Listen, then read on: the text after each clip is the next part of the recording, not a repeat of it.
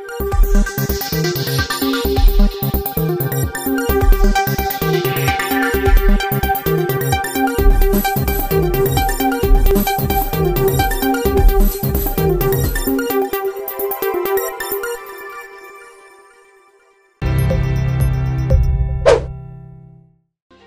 आप देख रहे हैं शुभ 24 न्यूज और मैं हूं आपके साथ शगुफ्ता। तो आइए दिखाते हैं आपको आज की कुछ खास खबरें।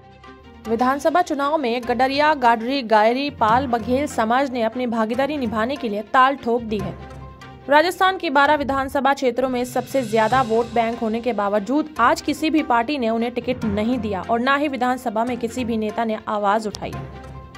चुनाव से पहले समाज को एकजुट करने के लिए धौलपुर के राम मंदिर से समाज की जन चेतना यात्रा पूजा अर्चना और कलश यात्रा के साथ शुरू हुई। यात्रा में समाज के युवा बुजुर्ग के साथ साथ बड़ी संख्या में महिलाएं भी मौजूद रहीं। जन चेतना यात्रा का प्रतिनिधित्व कर रहे गडरिया आरक्षण संघर्ष समिति के प्रदेश अध्यक्ष दुष्यंत सिंह बघेल का समाज के लोगों ने माला साफा पहनाकर स्वागत किया। राजस्थान में धनगर, गडरिया, गाडरी, पाल, बघेल, होलकर, घोसी, ग्वाला, गारी समाज द्वारा 1 नवंबर से राजस्थान के 18 जिले 23 विधानसभाओं में जो यात्रा निकाली जा रही है उसका शुभारंभ आज धौलपुर गढ़पुरा श्री राम मंदिर से होने जा रहा है, जिसका मुख्य उद्देश्य सामाजिक एकता और समाज में आपसी संगठन को बढ़ावा देने के लिए ये यात्रा हमारे राजस्थान के 18 जिलों से निकलेगी। आज यहाँ से बढ़ चढ़कर सभी भाग ले रहे हैं। जन चेतना रैली राजस्थान के 18 जिलों की 23 विधानसभाओं से होकर गुजरेगी। राजस्थान महिला आयोग अब महिला उत्पीड़न से जुड़ी शिकायतों पर नई पहल करने जा रहा है। इसके लिए आयोग संभाग स्तर पर सुनवाई करेगा।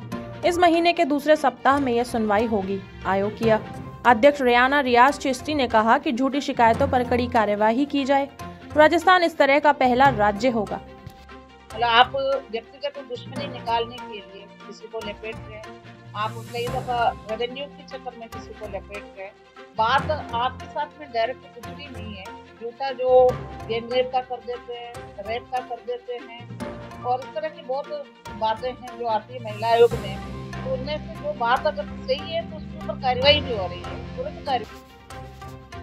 राज्य मंत्रालय कर्मचारी संघर्ष समिति के बैनर तले एक बार फिर कर्मचारी सरकार के खिलाफ आंदोलन की शुरुआत करने वाले हैं। कर्मचारी नेता गजेंद्र सिंह राठौड़ ने बताया कि पदोन्नति के मामले में सरकार की कोई नीति नहीं है। हम राजस्थान मंत्रालय कर्मचारी संघर्ष समिति पिछले 1.5 साल से संघर्ष कर रही है और संघर्ष के माध्यम से पिछले 9 सितंबर 2021 को भी धरना दिया था हमने। और हमारे जो अनुच्छेद 5 में 3-17 के आदेशों से कटौती हुई थी, उस आदेशों से आधा काम हमारा पूरा हो गया था, क्योंकि चयनित वेतनमान दे दिया था हमने पदोन्नति पद का लाभ, परंतु जो आरंभिक वेतन है वो 25,500 नहीं किया। और दूसरा हमारा मेन मुख्य मुद्दा है सचिवालय पैटर्न।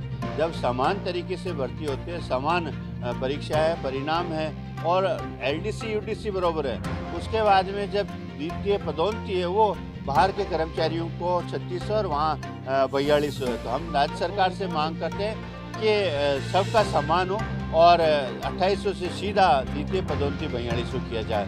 और तथा जो 9/18/27 चयनित वेतनमान जो भैरू सिंह जी ने दिया था, हम चाहते हैं कि उसकी जगह 8, 16, 24, 32, 4 पर चयनित वेतनमान। पीले चावल हम राजस्थान के सभी विभागों में जाके हैं, सभी जिलों में जाके हैं। आज से हम जयपुर में सभी मुख्यालयों पे जाके पीले चावल देके कर्मचारियों से आग्रह कर रहे हैं कि शहीद स्मारक पे एक बार आइए और संघर्ष समिति का समर्थन कीजिए, जिससे हम राजस्थान सरकार में दबाव बना सकें। 11 नवंबर को शहीद स्मारक पे हम बड़ी संख्या में यहाँ एकत्रित होकर राज्य सरकार के सामने एक मांग पत्र दिया हुआ है, परंतु अभी तक सुनाई नहीं हुई और हम चाहते हैं कि शीघ्र इसकी सुनाई की जाए। आंदोलन के तहत 11 नवंबर को शहीद स्मारक पर कर्मचारी धरना देंगे। इसके लिए संपर्क अभियान चल रहा है। सरकार हर बार आश्वासन देती है। जयपुर नगर निगम ग्रेटर में मेयर पद से सौम्या गुर्जर को बर्खास्त किए जाने के बाद अब राज्य निर्वाचन आयोग में मेयर पद के लिए चुनाव शेड्यूल जारी कर दिया है। यह चुनाव 10 नवंबर को होंगे। इसके लिए 3 नवंबर से नामांकन पत्र भरे जाएंगे। इसके अलावा अजमेर जिले की नसीराबाद और सिरोही की पिंडवाड़ा नगर पालिका में भी अध्यक्ष पद के चुनाव करवाए जाएंगे। जयपुर ग्रेटर निगम में भाजपा का बहुमत है, लेकिन कांग्रेस को विश्वास है कि इस बार उलटफेर कर देगी। अभी भाजपा की पार्षद शील धाबाई को कांग्रेस सरकार ने कार्यवाहक मेयर की जिम्मेदारी सौंप रखी है। अब भाजपा किसको मेयर बनाती है, ये देखने वाली बात होगी। राजस्थान में आज से विद्या संबल योजना की शुरुआत होने जा रही है। स्कूलों में खाली पड़े 90,000 पदों को भरने के लिए ये योजना बनाई गई है। इसके तहत स्कूलों में खाली पड़े पदों की सूचना प्रकाशित कर दी गई है और आज से 4 नवंबर तक आवेदन मांगे गए हैं। राज्य सरकार की ओर से गेस्ट फैकल्टी के रूप में नियुक्ति की जाएगी। बताया जा रहा है कि 12 नवंबर तक यह प्रक्रिया पूरी होगी और 19 नवंबर को चयनित अभ्यर्थियों को कार्यभार ग्रहण करना होगा। शिक्षा विभाग की ओर से चयनित अभ्यर्थियों को 21 से 30,000 रुपए मासिक वेतन दिया जाएगा। गहलोत सरकार के लिए अपने ही मंत्री सिरदर्द बने हुए हैं। ताजा मामला ग्रामीण विकास राज्य मंत्री राजेंद्र गुढ़ा से जुड़ा है। उन्होंने एक बार फिर मुख्यमंत्री अशोक गहलोत और उनके समर्थकों के खिलाफ मोर्चा खोल दिया है। गुढ़ा ने आलाकमान से नया मुख्यमंत्री बनाने और नगरीय विकास मंत्री शांति धारीवाल, जलदाय मंत्री डॉक्टर महेश जोशी और आरटीडीसी चेयरमैन धर्मेंद्र राठौड़ को बर्खास्त करने की मांग की है। आपको बता दें, गुढ़ा को पायलट समर्थक माना जाता है और सुलह के बाद उन्हें गहलोत सरकार में मंत्री बनाया गया था, लेकिन वह अपने बयानों से सरकार को कई बार परेशानी में डाल चुके हैं। गौरतलब है कि कल ही प्रदेश अध्यक्ष गोविंद डोटासरा ने सभी नेताओं को अनुशासन में रहने की हिदायत दी थी। रणथंभौर से बाघ T110 की मुकुंदरा टाइगर हिल रिजर्व में शिफ्ट करने की कोशिश एक बार फिर तेज हो गई है। इसके लिए ट्रैंकुलाइज करने के लिए एक्सपर्ट टीम रणथंभौर पहुंच गई है। आज संभावना है कि बाघ का ट्रैकिंग सफल रहा तो उसे मुकुंदरा में जल्दी शिफ्ट कर दिया जाएगा। रणथंभौर टाइगर रिजर्व के फील्ड डायरेक्टर सेडूराम यादव का कहना है कि मुकुंदरा में बाघ शिफ्टिंग के लिए ट्रैकिंग की जा रही है। आपको बता दें, दीपावली से पहले भी इस तरह की कोशिश हुई थी, लेकिन उस समय सफलता नहीं मिली थी। अंतर्राष्ट्रीय पुष्कर मेले का शानदार आगाज हुआ। अयोध्या की तर्ज पर पुष्कर के सरोवर दियों की रोशनी से जगमगा उठे। देशी विदेशी पर्यटकों ने जमकर आनंद लिया। आपको बता दें, कल मुख्यमंत्री अशोक गहलोत ने पुष्कर मेले का उद्घाटन किया। खास बात यह है कि इस बार लंपी बीमारी के चलते पशुओं को प्रतिबंधित किया गया है और मेले में सिर्फ सांस्कृतिक कार्यक्रम ही हो रहे हैं। एडीजे भर्ती 2020 में वकील कोटे के लिए 4 अभ्यर्थियों को इंटरव्यू के लिए पास करने के विवाद में हाईकोर्ट ने कड़ा संज्ञान लिया है। मुख्य न्यायाधीश पंकज मित्तल के निर्देश पर 3 हाई कोर्ट जजों की कमेटी अपना निर्णय लेगी।